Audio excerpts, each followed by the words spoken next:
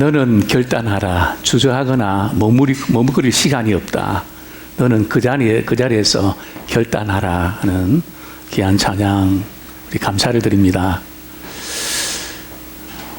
오늘 저는 사람이 죽은 후에 어떻게 되는가 하는 부분에 대해서 좀 말씀을 드리려고 합니다. 왜냐하면 여기저기에서 들려오는 그 소식이 어느 지역에서 확진자가 몇 명이다, 또 사망자가 몇 명이다, 또 우리 전 세계에 또 데이터들이 계속 이제 속보로 뜨게 되고, 또 확진자가 어디를 이렇게 이동했다 하는 문자가 빗발치는 이런 시대에 우리가 살고 있는데요. 저는 그 보도를 접하거나 문자를 볼 때마다 저 마음에는 이런 생각이 듭니다. 확진자가 참 그 가정은 아프지만은 저는 우리 그 가운데 예수 믿고 구원받는 확신자가 많아지면 좋겠다. 그죠? 확진자가 아니라 확신자가. 그리고 몇 명 사망했다. 참 그 가슴 아픈 그런 보도를 접하면서 참 예수 믿고 구원받아서 생명 얻는 그런 수가 많아지면 좋겠다. 그런 마음을 갖게 됩니다. 혹시 지금까지 살아오면서 죽음의 위기를 경험해 본 적이 또 있으십니까? 저는 중학교 때 재수를 했습니다. 경남고등학교에 꼭 들어가고 싶어서. 왜냐하면 경남고등학교 그 옆에 경남여고가 있는데 경남여고 학생들이 예쁘다는 소식이 있었거든요. 그래서 귀엽고 나는 경남고등학교 들어가야 된다 해서 재수까지 했는데 사실은 성적은 충분히 됐는데 하여튼 어이없는 실수로 그만 불합격됐습니다. 참 그때 찾아오는 쓰라린 아픔들, 그리고 그 전부터 진행됐던 인생의 공허함, 늘 제 생각 속에 자리 잡고 있었던 게 있다면 이렇게 살아서 뭐 할까? 어디를 가도 무엇을 하든지 제 생각을 사로잡고 있었던 것은 이게 사는 건가? 이렇게 살아서 뭐 할까? 그 생각에 골몰되어 있었기 때문에 이 실패에 대한 아픔과 이 공허감이 겹쳐서 저는 드디어 결심했습니다. 제 삶의 모든 것을 내려놓고 이제는 끝내고 싶었습니다. 그래서 제가 좋아했던 광안리 해수욕장으로 달려갔습니다. 그리고 단숨에 목까지 물이 찼습니다. 그리고 점점 들어갑니다. 모든 거 다 잊고 모든 거 다 끝내면 되지. 뭐 이것저것 생각할 것도 없고 모든 거 끝내면 되는 거지. 이제 코까지 물이 차올라 오는데요. 그 순간 제 뇌리를 스쳤던 생각이 있었습니다. 그래, 너 많이 힘들지. 그래서 이제는 다 끝내고 싶지. 이제는 고통 그 모든 거 다 이렇게 정리하고 싶지.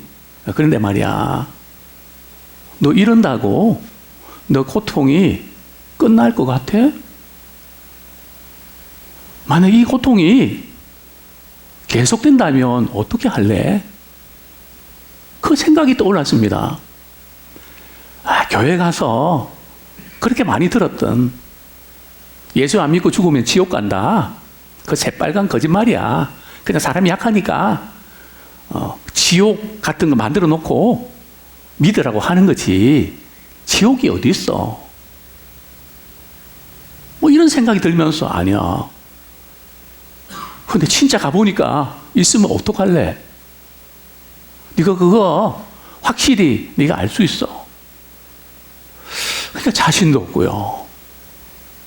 그래서 제가 이 자살을 연기를 했습니다. 그거 아시겠습니까? 뭐 어차피 죽는 건데, 예? 뭐 이제 죽는 거 겁 하나도 안 하는데, 뭐 죽는 거 마음만 먹으면 얼마든지 할 수 있는데 연기하자. 그리고 정말 지옥이 있는지 천국이 있는지 확인하고 결단해도 늦지 않다. 그래서 여기까지 오게 됐습니다. 그래서 알아본 결과 정말 천국이 있고 지옥이 있습니다. 그것은 바로 제가 살아온 그 삶이 입증해 줍니다. 사람이 죽으면 모든 것이 끝날까요? 그렇지 않습니다. 고통이 끝나는 것이 아니라 영원한 고통이 기다리고 있습니다. 저는 오늘 말씀을 통해서 한 3가지 정도 함께 나누고 싶습니다. 첫 번째로, 사람이 죽으면 천국에 가는가 아니면 낙원에 가는가, 사람이 죽으면 지옥에 가는가 아니면 음부에 가는가, 이것을 신학적인 용어로 중간 상태라고 말합니다. 혹시 중간 상태 들어보셨습니까? 이 부분 좀 다루고 싶고요. 두 번째는, 사람이 죽으면 우리의 육체는 무덤에 들어가서 어떻게 되고 우리의 영혼은 어떻게 되는 건가? 영혼은 잠을 자는 건가? 아니면 영혼은 의식이 있는 건가? 그리고 세 번째는, 사람이 또 내가 죽으면 음부에 갈까 아니면 낙원에 갈까? 그러면 음부에서 지옥으로, 낙원에서 천국으로 우리 가는 것은 언제 이루어지는 걸까? 아마 조금 이 부분은 상당히 처음 듣는 분들이 많을 겁니다. 그죠? 왜 이 부분을 제가 다루게 됐는가 하면, 하도 지금 신천지에서 말이죠, 몇 명만 들어간다고요? 14만 4천 명만, 또 신천지 내에 있는 그들만 천국 들어간다. 신명기 우리가 7장 우리 4절에 보면 14만 4천 명이 나옵니다. 신명기 7장 4절에 보면, 거기 보면 입 맞은 자의 숫자입니다. 자, 이 입 맞은 자의 이 숫자가 누구를 가리키는가? 여기에 대해서 우리는 한 3가지로 해석을 합니다. 첫 번째는, 이 사람은 순교당한 영혼들이다. 순교당한 영혼들. 자, 두 번째는, 이스라엘 지파 가운데 각 지파가 12,000명씩 12지파 해서 14만 4천 명이거든요. 그러니까 이스라엘 백성들 가운데 구원받은 사람을 말하는 거다. 자, 세 번째, 24만 4천 명은, 이 숫자는 모든 믿는 사람들을 가리키는 상징적인 숫자지 꼭 14만 4천 명은 아니다. 자, 우리 요한계시록 한번 보겠습니다. 요한계시록 7장, 이 부분 하도 떠들기 때문에 이 부분을 조금 우리가 정립을 할 필요가 있습니다. 요한계시록 7장 우리 4절 말씀 한번 같이 읽겠습니다. 시작. 내가 인침을 받은 자의 수를 들으니 이스라엘 자손의 각 지파 중에서 인침을 받은 자들이 14만 4천이니. 그죠? 이스라엘 자손의 각 지파 중에서 인침을 받은 자들이 14만 4천 명이다. 그러면서 유다 지파부터 쭉 이렇게 12,000명씩 나온단 말이죠. 그죠? 근데 이 본문을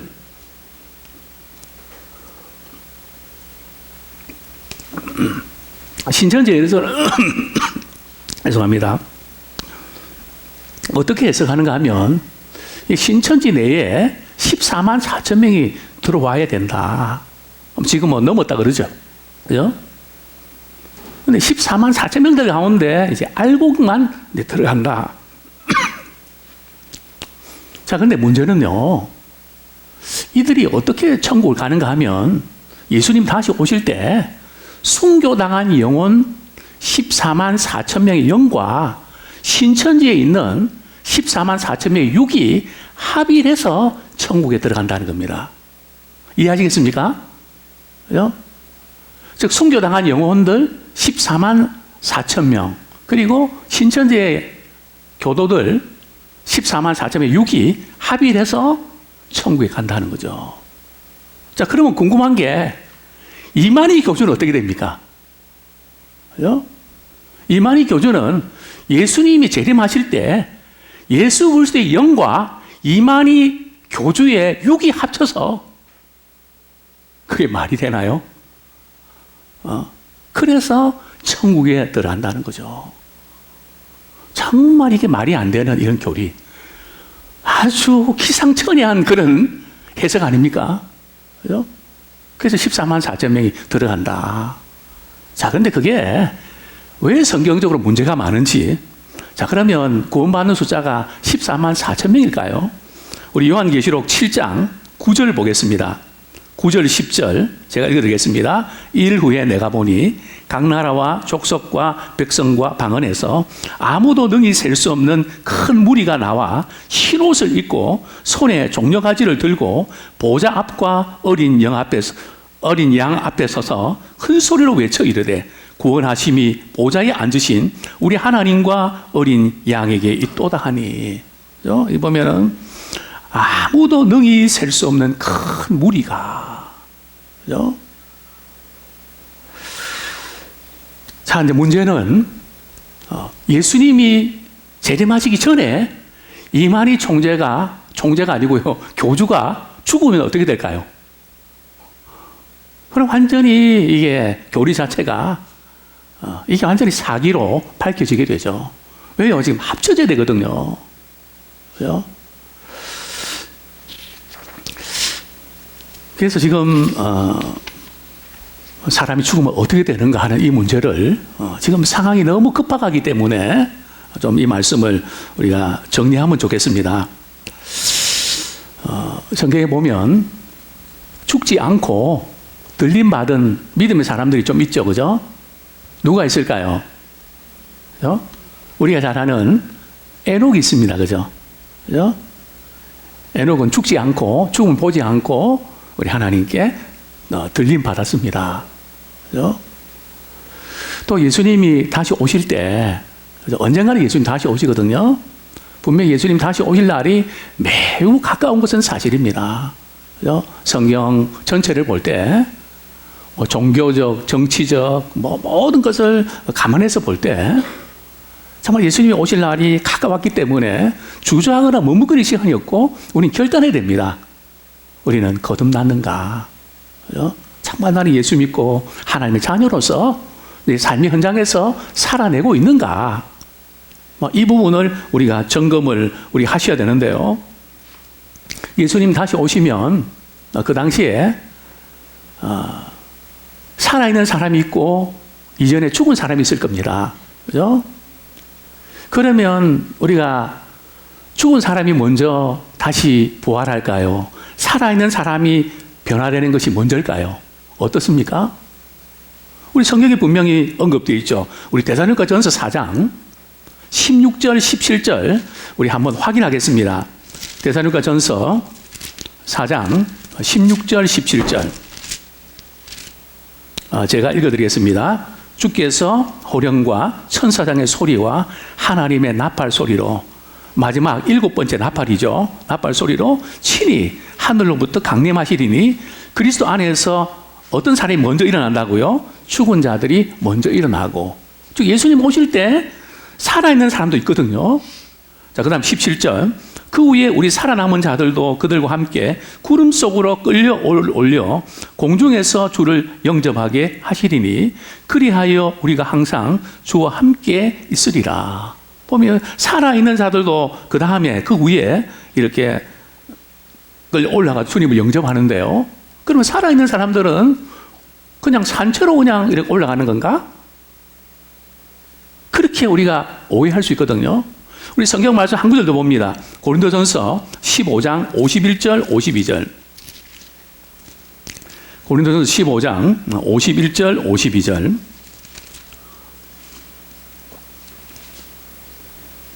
네, 같이 한번 읽겠습니다. 시작. 형제들아, 내가 이것을 말하노니 혈과 육은 하나님 나라를 이어받을 수 없고 또한 썩는 것은 썩지 아니하는 것을 유업으로 받지 못하느니라.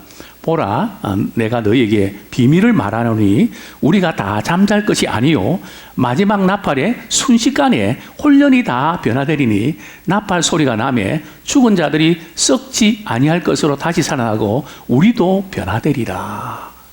여기 우리는 예수님 다시 오실 때 살아있는 사람들, 또 썩지 않을 육체로 부활됩니다. 그리고 우리의 영혼과 이렇게 결합해서 공중에서 주님을 우리가 영접하게 되죠. 그죠? 각자가 말이죠.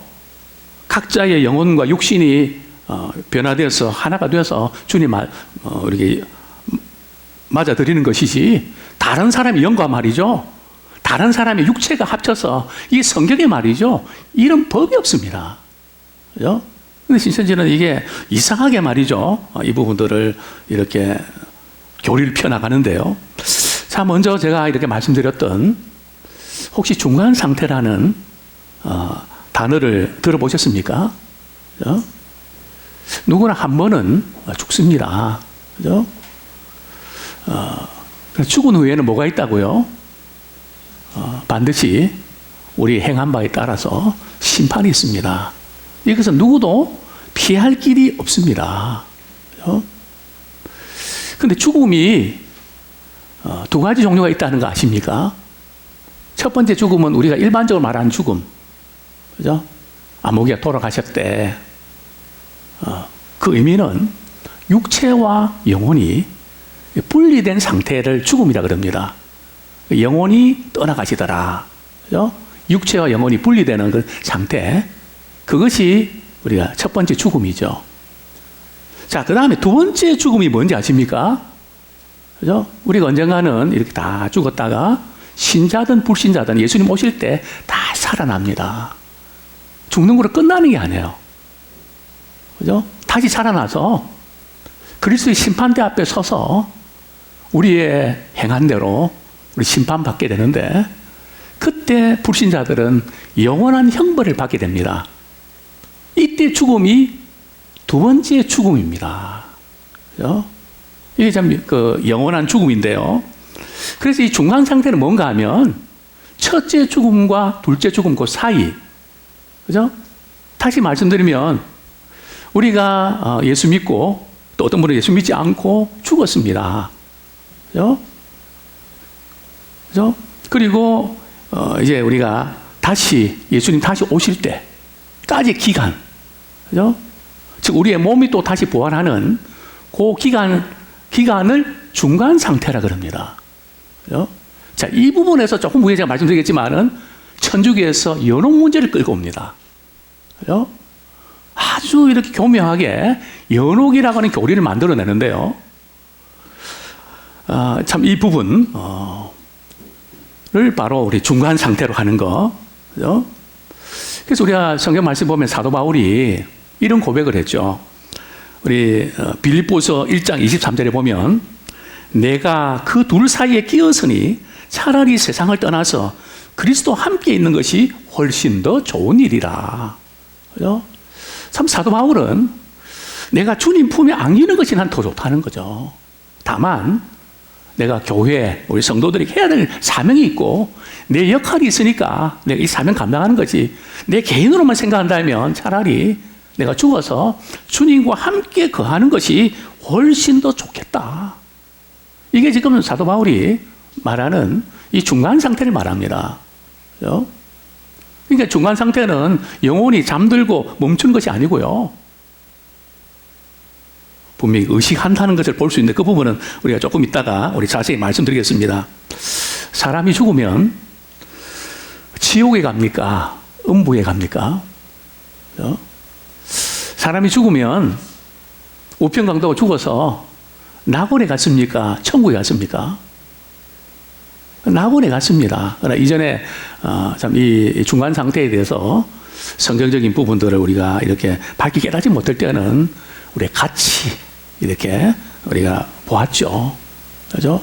뭐 그것이 그렇게 틀린 거라고 볼 수는 없는데요. 성경은 분명하게 이게 정리되어 있습니다. 그래서 우편 강도가 죽어서 낙원 갔다 그러니까 어떤 분이 그러더라고요.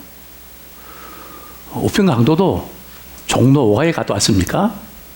그게 뭡니까 했더만은 종로 5가에 가면 낙원 상가가 있거든요. 그래서 이 낙원이 어디 종로에 있나 이런 분이 있는데 그렇지는 않고요. 자, 먼저 오늘 본문에서 예수님께서 부자와 나사로의 비유를 말씀하시죠. 그래서 우리 부자와 나사로의 비유는 너무너무 잘 알고 있습니다. 또 이 강조점도 우리 너무 잘 알고 있기 때문에 저는 또 이 부분에 대해서 강조를 드리고 싶지는 않고요. 다만 오늘이 지금 초점이 사람이 죽은 후에 우리 어떻게 되는가. 물론 어떤 분들은 목사님 지금 살기도 힘든데 지금 죽을 걱정까지 해야 됩니까? 이렇게 반문하는 분도 계실 겁니다. 그러나 진정한 이 죽음의 문제를 해결한 사람이 진정한 삶의 의미를 살아갈 수 있습니다. 저는 이 신천지에 빠진 젊은이들이 이렇게 고백하는 걸 들었습니다. 딱 두 가지에 넘어가더라고요. 하나는 나한테 그렇게 잘해주더라는 거죠. 다 살기 힘들고 그런데 누군가 잘해주니까, 누가 그냥 나를 이해해주고 알아주니까 거기에 그냥 넘어가 버리는. 두 번째로 우리 젊은이들이 내가 여기에 왜 빠졌는가 하면 나는 이곳에서 내 삶을 불태우는 진정한 의미를 발견했습니다. 참 기가 막힌, 진정한 삶의 의미가 무엇인지. 신앙은 말이죠, 그냥 피자 한 조각이 아니고 우리의 삶의 궁극적인 목적입니다. 살아가는 이유입니다. 우리의 생명입니다. 이런 진정한 의미를 우리가 알기 위해서는 정말 우리의 죽음 문제, 죽은 이후에 우리 어떻게 되는가 확실하게 정립을 해야 됩니다. 예수님께서 오늘 우리 누가복음 우리 16장에서 불의한 청지기의 비유를 말씀하시면서 이제 나사로와 부자의 비유를 말씀하십니다. 저는 이 말씀을 묵상하면서 예수님께서 왜 이 말씀을 하셨을까? 그 의도가 뭘까? 참 잘 연결이 안 됐습니다. 앞에는 돈 문제인데, 그리고 나서 이 죽은 이후의 문제를 예수님께서 왜 다루셨을까? 이게 정말 어떤 관계가 있는 걸까? 먹고 살기 힘들어 죽겠는데 죽은 문제까지 생각해야 되나? 사실은 참 고민이 많이 됐습니다. 그러나 예수님께서 이 비유를 말씀하신 의도는 뭔가 하면 말이죠, 당시 하나님을 잘 믿는다고 하는 바리새인들이 하나님을 믿는다고 하지만은 돈에 대해서 너무 집착하고, 오늘 보면 바리새인들이 돈을 너무 좋아했다는 거죠. 당시 종교적 지도자들이 돈을 너무 좋아했다는 거죠. 그래서 하나님 믿는다고 하지만 재물에 너무 집착하는, 신앙이 뭔지조차도 흔들리는, 믿음 생활하고 직분 받고 뭐 했다지만은 그 삶의 중심이 주님 때문에 움직이는 것이 아니라 상황 때문에 움직이고 돈 때문에 움직이고, 그냥 이 주님 믿는다는 것은 주님이 그냥 어리고 힘들 때 좀 도와주시고, 도와주시면 제가 제 할 수 있는 만큼 좀 하고, 뭐 그런 정도? 주님과 서로 거래하는 정도? 신앙은 거래가 아닙니다. 그분은 우리의 생명이 되시고 우리의 소망이 되십니다. 그분 없이는 우리가 살 수가 없습니다.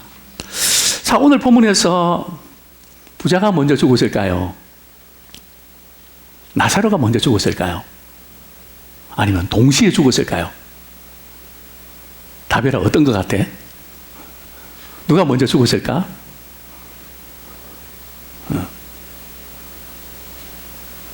아무래도 의료 혜택을 받지 못한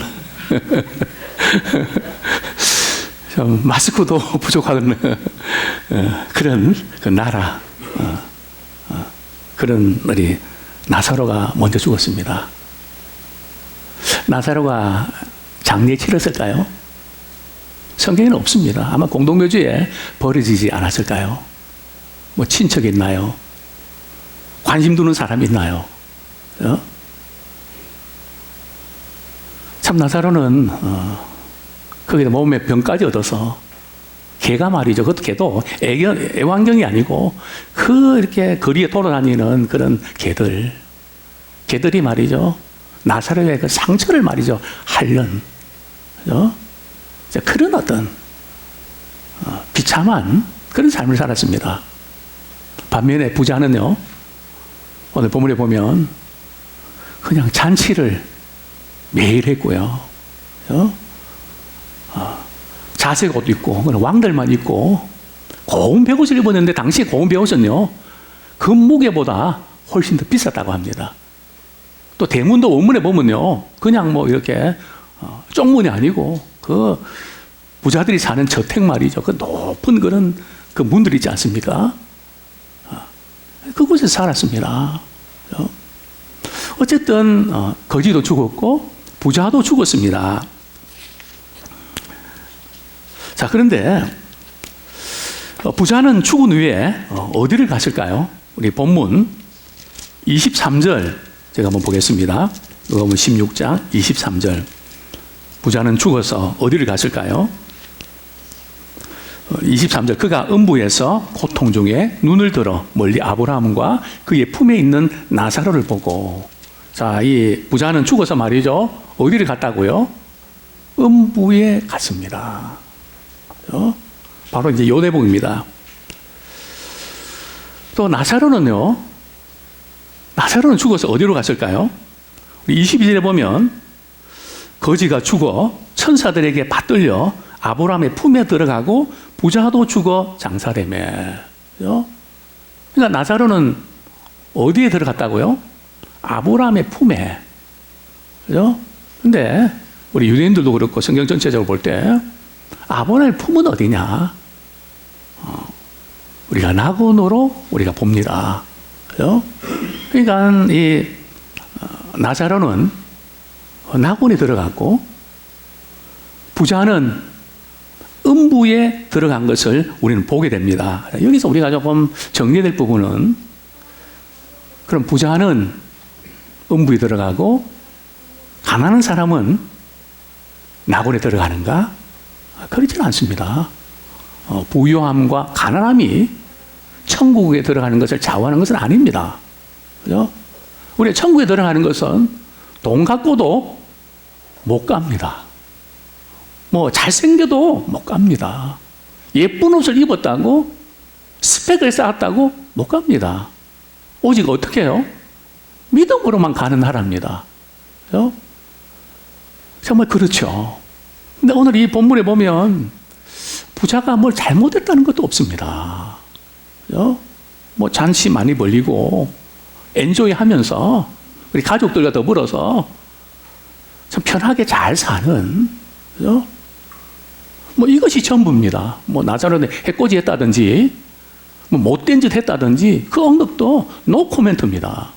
전혀 그런 거 없습니다. 그죠? 또 그러면 나사로는 착한 일 했나요? 나사로는 뭔가 이렇게 좀 내세울 만한 거 있나요?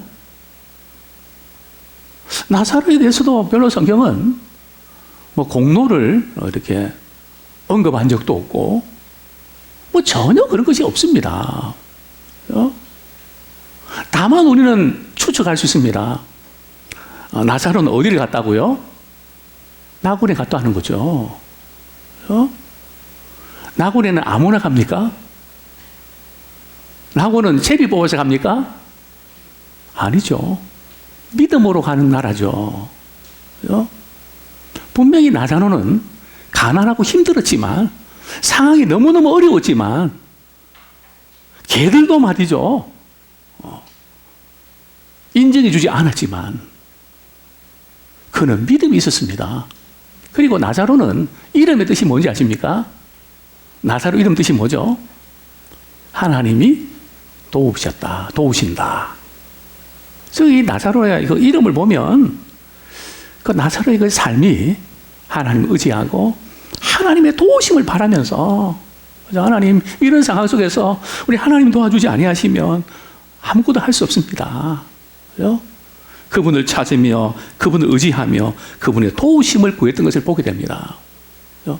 저는 이 코로나 사태로 인해서 많은 분들이 어려워하는데요. 이 사태 가운데도 우리 하나님은 살아계십니다. 또 우리를 통해서 일하기를 원하십니다. 그죠? 참 6.25 전쟁 때 일어난 일 아시나요? 그죠? 정말 6.25 때, 그죠? 참 어처구니 없이 북한군이 쳐들어와서 말이죠. 정말 밀리고 밀려서 말이죠. 낙동강까지 밀리고 밀리는 맥없이 무너지는 그런 시대, 빌리그레함 목사님이 미국의 대통령, 트럼프 대통령에게 부탁을 합니다. 대통령님, 지금 한국에 믿음의 사람들이 많이 있습니다. 교회가 많이 있습니다. 지금 계속 밀리고 밀리는데 우리 한국을 도와주셔야 됩니다. 그죠? 그래서 이 미군이 말이죠, 대통령이 듣고 그 파병을 결정했는데 속전속결로 말이죠, 대한민국을 파견해서 그 위기를 극복했습니다. 저는 어제 그런 소식 들었습니다. 미국 교회 성도들이 한국 교회를 사랑하고 아끼면서 기도하면서 돕기 위해서 움직임이 보인다고, 그죠? 그 소식을 듣고 참 감동을 받았습니다. 그죠? 여러 가지 모양으로 정말 이 민족이 살길 여러 가지 많은 분들의 역할들이 필요합니다. 그러나 결정적인 것은 하나님이 도와주셔야 됩니다. 우리 하나님이 우리 살려주셔야 됩니다. 혹시 자녀 문제 때문에 또 어려움을 겪는 분들이 혹시 계십니까? 사춘기 때 우리 자녀들, 또 자녀들 진료 문제 때문에 자녀들이 아파하는 모습을 보고 우리 부모된 우리로서 참 마음이 많이 아픕니다. 또 할 수 있는 것이 참 아무것도 없다는 생각도 많이 듭니다.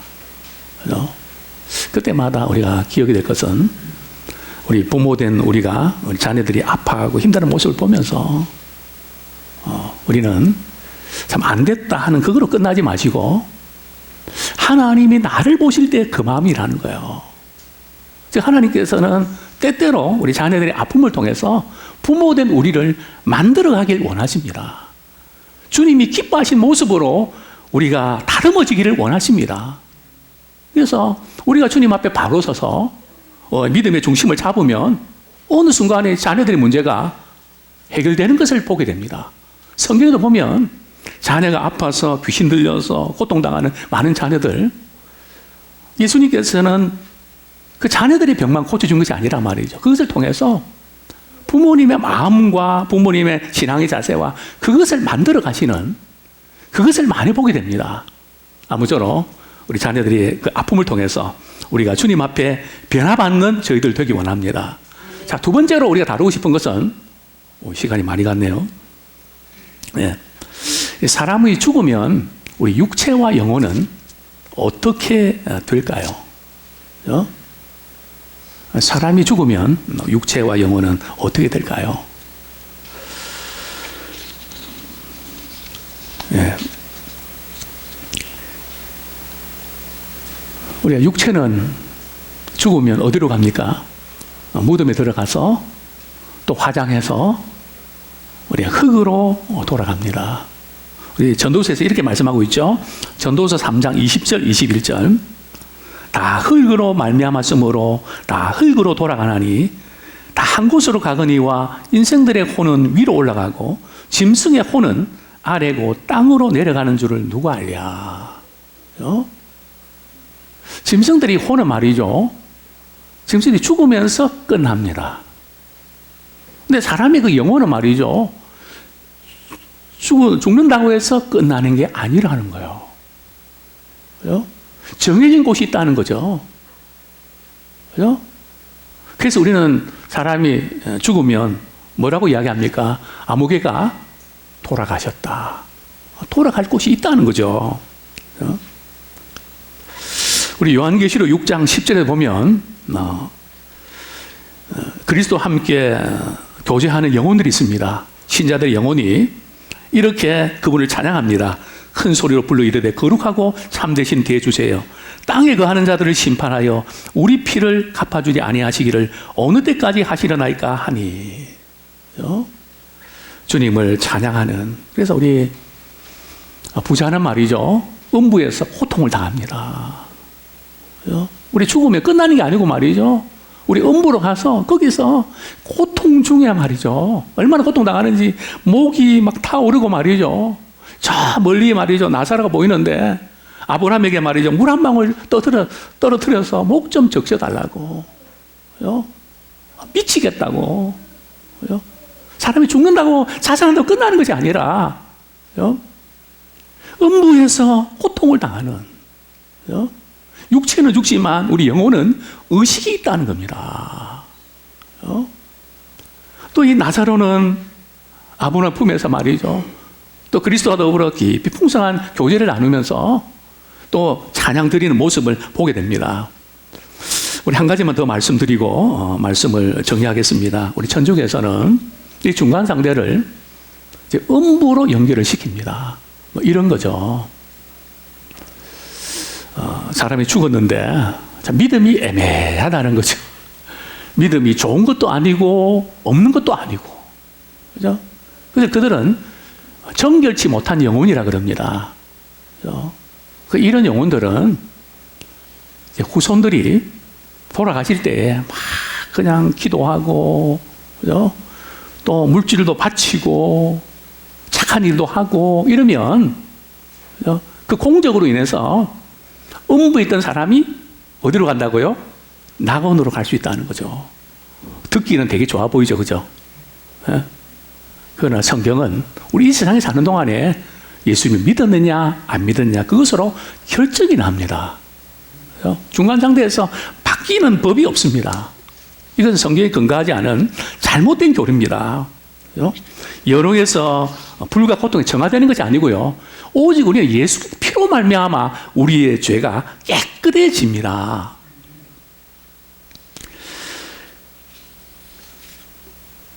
이제 이 부자의 이 절규, 부자가 음부에 가서 참 나사로 물 한 모금 떨어뜨려 달라 그러니까 아브라함이 그것도 못 떨어줍니다. 그죠? 그리고 그러면 제발 부탁이 있다고. 어떤 부탁입니까? 제발 나 죽은 나사로 우리 집에 보내갖고, 우리 형제가 몇이 있다고요? 5명이 있는데 제발 이 고통받는 것을 오지 않게 해달라고 말 좀 해주십시오. 제발 이 고통받는 것을 오지 않도록 말 좀 해주십시오. 그때 우리 주님 뭐라고 아브라함 뭐라고 이야기합니까? 자, 우리 말씀 읽고 마치겠습니다. 31절 시작. 이르되 모세와 선자들에게 듣지 아니하면 비록 죽은 자 가운데서 살아나는 자가 있을지라도 고난을 받지 아니하리라 하였다 하시니라. 즉 세상에 모세와 선자처럼 하나님의 말씀을 전하는 사람, 말씀을 듣고 거듭나지 아니하면 죽은 자가 살아나는 것을 보인다 하더라도 회개하고 돌아오지 않는다는 거죠. 그죠? 지금 이 부자는 회개하지 않아서, 돌이키지 않아서, 삶의 방향을 바꾸지 않아서 내가 이곳에 왔다는 것을 그는 알고 있습니다. 나는 이미 베린 몸인데 우리 가족들까지는 이 고통은 오지 않도록 제발 말려달라고 하는, 저는 이 시간 결론적으로 말씀드리고 싶습니다. 과연 나는 예수를 믿고 거듭나셨습니까? 바쁘기 때문에 연기했습니까? 아니, 머뭇거릴 시간이 없습니다. 주저할 시간이 없습니다. 예수를 믿고 거듭나는 귀한 우리 믿음의 성도들 되기를 원합니다. 우리는 깨어 기도로 준비해야 됩니다. 적어도 하루에 1시간 이상씩 교회에 나오시거나 아니면 집에 말이죠, 우리 아이들이 있는 분들은 교대로 말이죠, 방에 들어가서 부르짖어 기도할 때입니다. 하나님, 이 민족을 살려주십시오. 비틀거리는 한국교회를 살려주십시오. 정말 주님 한 분 외에는 방법이 없습니다. 이걸 어떻게 막을 겁니까? 어떻게 이 부분을 정복할 겁니까? 이제 우리의 삶의 방향이 하나님을 등지고 살았다면 이제는 하나님을 향하여 살기 원합니다. 하나님을 등지고 살면 인생에 그늘이 생깁니다. 하나님을 향하여 살면 진정한 생명의 빛이 비치면서 삶의 소망을 누리며 살게 될 줄 믿습니다. 아직도 믿지 않는 식구와 형제들, 오늘 이 본문에서 이 부자가 말이죠, 제발 이 고통받는 곳에 우리 형제들, 우리 식구들, 우리 부모님들 오지 않도록 제발 또 어떻게 해주십시오. 이 절기를 우리가 지금 듣기 원합니다. 그리고 믿지 않는 우리 식구들에게 주의 복음을 증가하는 그런 우리가 되기를 소원합니다. 이 시간 우리 말씀 붙잡고 정말 우리가 죽음을 우리가 준비하면서 지혜로운 삶을 살아낼 수 있도록 우리의 육체와 영혼이 어떻게 되는지, 삶의 의욕을 상실하고 절망 가운데 있는 분들 다시 한번 믿음 안에서 소망을 발견하고 우리가 나사로처럼 하나님의 도우심을 필요하면서 우리가 잘 극복하며 이겨내기 원합니다. 같이 한번 우리 통성으로 기도하겠습니다. 하나님, 부족하고 연약한 저희들 무시간대 우리를 이처럼 사랑해 주셔서 이렇게 소용돌이치는 세상 가운데 우리하고 걱정하는 가운데 우리를 불러주신 아버지 하나님, 오늘도 말씀하여 주심을 인하여 감사합니다. 우리에게 생명의 의미를 발견하게 해주심을 감사합니다. 어떻게 우리의 남은 날들을 계수하며 준비해야 될지 가르쳐 주심을 감사합니다. 우리의 남은 날들을 계수하며 주의 복음을 증거하며 예수를 중심으로 살아내는 그런 복된 자가 되기를 소원합니다. 우리 한 분 한 분들 믿음에 믿음을 더해 주시고 무엇보다 거듭나기를 소원합니다.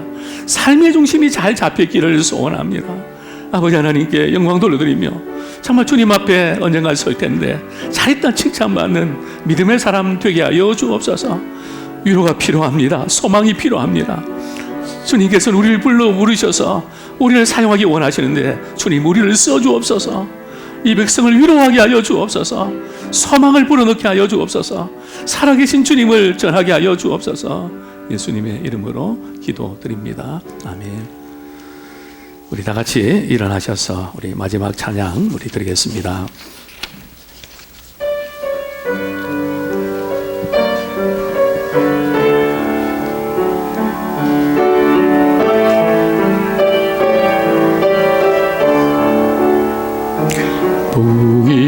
부귀영화 세상 권세 일순간 지나는데